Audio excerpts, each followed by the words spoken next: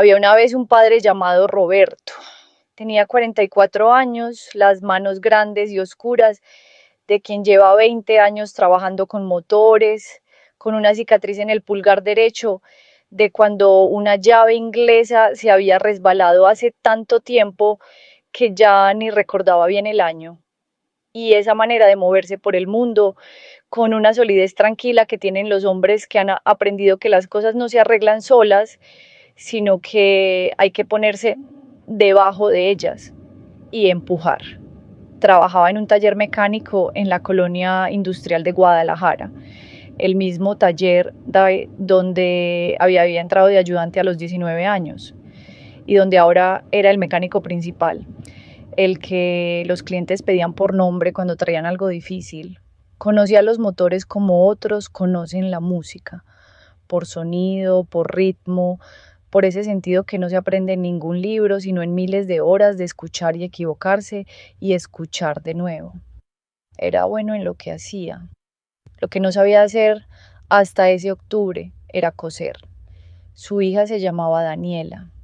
Tenía 10 años, el pelo castaño, con reflejos que le daban un color diferente según la luz, y una personalidad que Roberto describía cuando alguien le preguntaba cómo era su hija con una sola palabra: intensa, no como insulto, como descripción exacta.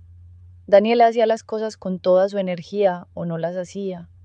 Quería a los animales intensamente, se enojaba intensamente, se alegraba intensamente, y cuando algo le importaba lo hacía saber con una claridad que no dejaba lugar a dudas. Vivían solos los dos desde hacía 2 años. La madre de Daniela, Fernanda, se había ido en noviembre cuando Daniela tenía 8 años. No había habido pelea grande, no había habido un momento específico que Roberto pudiera señalar como el antes y el después. Había habido un distanciamiento largo y silencioso que él no había sabido nombrar mientras ocurría, y que cuando terminó en una conversación de media hora en la cocina y una maleta ya hecha, que Roberto no había visto preparar, entendió que llevaba años desenvolviéndose sin que él lo viera. Fernanda vivía en Monterrey. Llamaba a Daniela los fines de semana. La relación entre las dos era complicada, con esa complicación particular que tienen las relaciones entre madres e hijas, cuando hay distancia y culpa y amor, mezclados en proporciones que nadie eligió. Roberto no hablaba mal de Fernanda delante de Daniela. Era una de las pocas reglas que se había puesto a sí mismo desde el principio y que había cumplido sin excepción. Lo demás lo había ido aprendiendo sobre la marcha. El papel de princesa llegó un martes en una hoja doblada en el fondo de la mochila de Daniela. Era la obra de fin de año de la escuela, una historia de un reino inventado con personajes inventados que la maestra de español había escrito ella misma, con partes para todos los niños del grupo. Daniela había conseguido el papel de la princesa, que era el papel principal, que tenía el monólogo más largo, que requería, según decía la nota de la maestra con letra pequeña al final, un vestido de princesa de color azul o morado. Daniela entró a la cocina con la hoja en la mano y una expresión que Roberto conocía bien, la de cuando algo importante había pasado y estaba procesando cómo contárselo. Saqué la princesa, dijo. Roberto dejó el tenedor. ¿En serio? La maestra dijo que tenía la voz más clara del grupo. Roberto sonrió. ¿Ves? Te dije. Daniela puso la hoja sobre la mesa. Necesito un vestido, Roberto la leyó. Azul o morado. Para el 15 de diciembre. 6 semanas. Lo conseguimos, dijo. Daniela lo miró con esa mirada suya, que no era desconfianza, sino calibración. Estaba midiendo si lo decía en serio o si lo decía para que ella no se preocupara, que eran dos cosas diferentes. ¿De dónde? No sé todavía. Pero lo conseguimos. Daniela asintió, le creyó. Eso era lo que Roberto más cuidaba de los 2 años que llevaban solos, que cuando él decía algo, Daniela pudiera creerle. Esa noche, Cuando Daniela dormía, Roberto buscó en su teléfono vestido de princesa niña talla 10. Los precios que encontró eran entre 800 y 2.000 pesos. En ese momento del mes, después de pagar la renta y la colegiatura y la despensa, Roberto tenía en la cuenta lo suficiente para la siguiente semana y no mucho más. El aguinaldo llegaría en diciembre, pero el 15 de diciembre era el día de la obra y el aguinaldo llegaba el 20. Buscó vestido de princesa niña, segunda mano Guadalajara.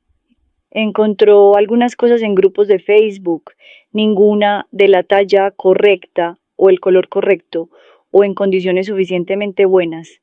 Buscó cómo coser un vestido de princesa para niñas. Apareció un video con 3 millones de vistas. Roberto lo abrió, lo vio completo. Duraba 22 minutos. Una mujer con una voz tranquila explicaba cada paso con paciencia, mostrando las manos en todo momento. Roberto no entendió la mitad de los términos. Dobladillo, elástico fruncido, costura francesa, tela tul. Lo vio de nuevo. Abrió las notas del teléfono y empezó a escribir. Al día siguiente fue al mercado de telas de la calzada, nunca había entrado. Era un mercado largo, con puestos a ambos lados y vendedores que detectaban en 2 segundos si uno sabía lo que buscaba o no. No, Roberto claramente no sabía. Le enseñó el video a la señora del primer puesto que le pareció amable. Para mi hija, dijo, necesito esto. La señora lo miró. Miró el video. Miró las manos de Roberto, que eran manos de mecánico y no manos de costurera, y eso se notaba a simple vista. ¿Usted va a coser esto? Voy a intentarlo. La señora hizo ese sonido que no es exactamente una risa, pero se le parece. ¿Sabe usar máquina de coser? No. ¿Ha cosido algo en su vida? Un botón. Una vez. Ahora sí fue una risa. Siéntese, dijo la señora. Le voy a explicar por dónde empezar. Se llamaba Doña Lourdes. Llevaba 30 años en ese puesto, tenía 3 hijos y 7 nietos, y había enseñado a coser, según le contó a Roberto, mientras sacaba telas de diferentes cajones a más personas de las que recordaba. El tul es muy difícil para empezar, dijo. Le recomiendo satín, cae bonito, es más fácil de manejar. Para el tul de encima puede usar algo más simple. ¿Cuánto necesito? Doña Lourdes miró el video de nuevo. Calculó con esa rapidez de quien lleva décadas midiendo tela. Para una niña de 10 años, 3 metros de satín y 2 de tul. Con eso le alcanza y le sobra para errores. ¿Cuánto cuesta? El total fue 280 pesos. Roberto los pagó. ¿Y la máquina de coser? Preguntó. ¿No tiene? No. Doña Lourdes pensó un momento. Mi vecina renta por semana. Le voy a dar su número. La máquina de coser llegó a la casa de Roberto un sábado por la mañana. Una Singer antigua, negra, que pesaba lo que pesaba una culata de motor, según Roberto calculó mientras la subía las escaleras. Daniela la miró con los ojos muy abiertos. ¿Para qué es eso? Para tu vestido, Daniela lo miró a él. ¿Tú vas a coser mi vestido? Voy a intentarlo. Daniela procesó esa información durante un segundo. ¿Sabes coser? Voy a aprender. Daniela lo siguió mirando. ¿Y si sale mal? Practico hasta que salga bien. Otra pausa. Ok, dijo Daniela con esa confianza suya que Roberto se había ganado en 2 años de no prometerle cosas que no pudiera cumplir. La primera tarde con la máquina fue un desastre ordenado. Roberto vio el video 3 veces antes de empezar. Entendía la lógica, que era la misma lógica de cualquier mecanismo. Hay piezas, hay pasos, hay un orden. Enhebró la aguja con más dificultad de la esperada porque el ojo era pequeño y sus dedos estaban acostumbrados a tornillos, no a hilos. Ajustó la tensión según las instrucciones. Puso el pedal en el suelo. La primera costura fue torcida, la segunda también, la tercera menos. Cosió y descosió y cosió de nuevo durante 4 horas esa tarde. con la mesa llena de retazos de tela y el hilo enredado 2 veces en el mecanismo de la máquina, y Daniela asomándose cada tanto desde la puerta para ver cómo iba. ¿Cómo va?, me preguntaba. Bien, decía Roberto que era mentira a medias. Se ve chueco. Lo estoy practicando. A las 9 de la noche Roberto había consumido media tarde, 1 metro de tela de práctica, y había producido algo que técnicamente podía llamarse una costura, pero que no era lo que el video mostraba. Se fue a dormir. Vio el video de nuevo en la cama antes de apagar el teléfono. La segunda semana fue mejor. Encontró en YouTube otro video más simple de una señora que explicaba para personas que nunca habían cosido, con los pasos más lentos y los términos más explicados. Lo vio varias veces, empezó a entender la diferencia entre el hilo de arriba y el de la bobina. Entendió por qué se fruncía la tela cuando la tensión estaba mal. Empezó a sentir la máquina como sentía los motores, con las manos, con la velocidad del pedal, con ese sentido de cuando algo está funcionando bien y cuando no. Las costuras fueron mejorando.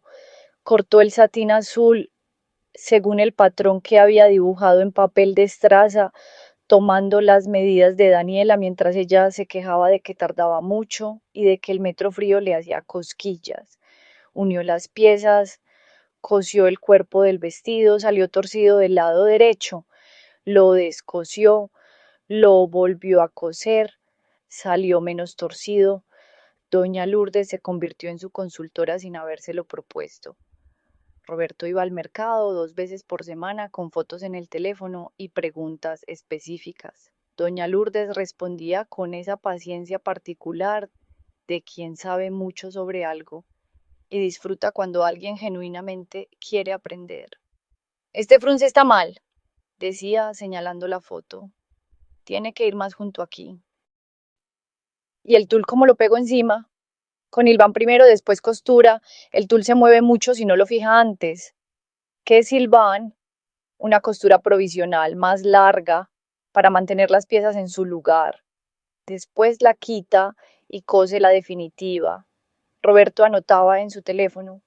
Un día, mientras explicaba algo sobre el cierre del vestido, doña Lourdes lo miró de una manera diferente. ¿Por qué no lo lleva Chus a una costurera?, y preguntó. Sale más barato y queda mejor. Roberto pensó en cómo responder. Porque quiero que mi hija sepa que su papá lo hizo, dijo al fin. Doña Lourdes lo miró un momento. Ah, dijo, y no preguntó más. El vestido quedó terminado el 12 de diciembre, 3 días antes de la obra. No era perfecto. Roberto lo sabía mejor que nadie.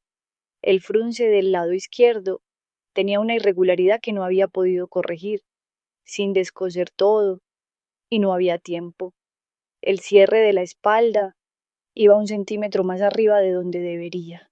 Una de las capas de tul tenía una costura que se notaba si uno miraba de cerca, pero era azul intenso, del azul exacto, que Daniela había elegido en el mercado de telas, señalando la muestra con una seguridad que no admitía dudas, y la falda caía con ese movimiento del satín que Roberto había visto en el video y había tardado 2 semanas en lograr, y el cuerpo ajustaba bien, que era lo más difícil, porque había tomado las medidas de Daniela 4 veces a lo largo del proceso para asegurarse. Llamó a Daniela. Ella entró al cuarto, vio el vestido colgado en la puerta del armario, se quedó quieta. Roberto esperó. Daniela se acercó despacio, pasó la mano por el satín, tocó el tul de encima, miró el largo, que llegaba exactamente al suelo como ella había pedido. ¿Te lo pruebas?, dijo Roberto. Daniela se lo puso. Roberto le cerró el cierre de la espalda con cuidado. Ese cierre que iba 1 centímetro más arriba de donde debería y que desde atrás no se notaba si no se buscaba. Daniela se miró en el espejo del baño. Roberto la miraba desde la puerta. ¿Cómo está?, le preguntó. Daniela tardó un momento. Está perfecto, dijo Roberto. Supo que no era perfectamente verdad, pero entendió exactamente lo que Daniela quería decir con esa palabra. El día de la obra, Roberto llegó al teatro de la escuela con el teléfono cargado al 100% y se sentó en la tercera fila porque desde ahí se veía bien y se podía fotografiar bien. Daniela salió al escenario con el vestido azul y el pelo recogido con una trenza que le había hecho la mamá de su amiga Sofía esa mañana, porque Roberto había intentado la trenza y el resultado había sido honestamente peor que el primer intento con la máquina de coser. Hizo su monólogo. Tenía la voz más clara del grupo. La maestra había tenido razón en eso. Al final de la obra, cuando los niños salieron a saludar y los papás aplaudían, la maestra pidió el micrófono un momento. Antes de terminar, quiero reconocer algo especial esta noche, dijo. Daniela, ¿puedes contarles a todos quién hizo tu vestido? Daniela agarró el micrófono, sin titubear, con esa intensidad suya que no distinguía entre los momentos pequeños y los grandes, dijo. Mi papá lo cosió él solo. Tardó 3 semanas y vio como 40 videos y quedó perfecto. Hubo aplausos. Roberto en la tercera fila miraba el escenario. Tenía las manos sobre las rodillas, esas manos grandes de mecánico con la cicatriz en el pulgar derecho, que habían aprendido en 3 semanas a enhebrar una aguja y fruncir el tul y cerrar un cierre y coser el satín azul de un vestido de princesa que no era perfectamente perfecto, pero que su hija, de pie en el escenario con el micrófono en la mano, acababa de llamar perfecto delante de todos. Aplaudió. De camino a casa, Daniela iba en el asiento de atrás, con el vestido puesto todavía porque había dicho que no se lo quería quitar todavía. Papá, ¿qué? ¿Lo vas a guardar el vestido? ¿Tú qué quieres? Daniela pensó. Guárdalo, para cuando sea grande y lo vea y me acuerde. ¿De qué te quieres acordar? Pausa. De que mi papá aprendió a coser para mí. Roberto mantuvo los ojos en la carretera, apretó el volante. Guardado está, dijo. Llegaron a casa. Daniela se cambió. Roberto dobló el vestido con cuidado y lo puso en la bolsa de tela donde guardaba las cosas importantes. Después fue a la cocina a preparar la cena, y mientras calentaba el arroz y ponía los platos y escuchaba a Daniela cantando en su cuarto la canción de la obra que llevaba días tarareando por la casa, pensó que hay cosas que uno no sabe hacer hasta que hay una razón lo suficientemente importante para aprenderlas, y que a veces esa razón tiene 10 años. El pelo castaño con reflejos y una voz clara que dice su nombre delante de todos sin dudar. Hay padres que aprenden a hacer trenzas y padres que aprenden a coser vestidos y padres que aprenden a estar presentes de maneras para las que nadie los preparó, que llegan solos a una situación que no eligieron y en lugar de decir que no pueden, buscan el video, van al mercado, preguntan sin vergüenza, descosen y vuelven a coser. Roberto era uno de esos padres. No lo hizo para que nadie lo aplaudiera, lo hizo porque su hija tenía un papel de princesa y necesitaba un vestido y él era la persona que estaba ahí. Y estar ahí con todas las torpezas y los intentos fallidos y las costuras descosidas y vueltas a coser es lo que hace que una hija de 10 años agarre un micrófono delante de todo el mundo y diga, mi papá lo hizo, y lo llame perfecto, aunque tenga el frunce un poco irregular del lado izquierdo. Suscríbete a Corazones Tiernos. Aquí contamos las historias que no se cuentan, siempre,